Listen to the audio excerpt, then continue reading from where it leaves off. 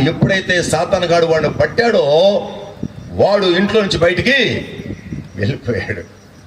చాలామంది ఇంట్లో నుంచి వెళ్ళిపోవాలనుకుంటా ఉంటారు. చాలామంది ఇంట్లో నుంచి వెళ్ళిపోవాలనుకుంటున్నారు. అరే పిచ్చోళ్ళరా, నీకు అది సైతాను కలిగించేటువంటి ఆలోచన.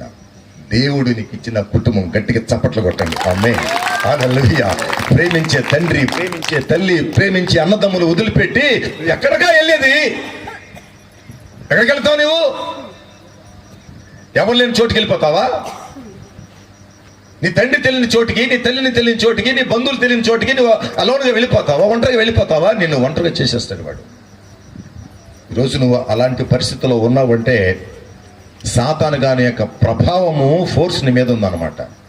ప్రత్యక్షంగానో పరోక్షంగానో నువ్వు వానికి లోపడుతున్నావు అనమాట. వెళ్ళిపోవాలని ఆలోచన చేస్తున్నావు.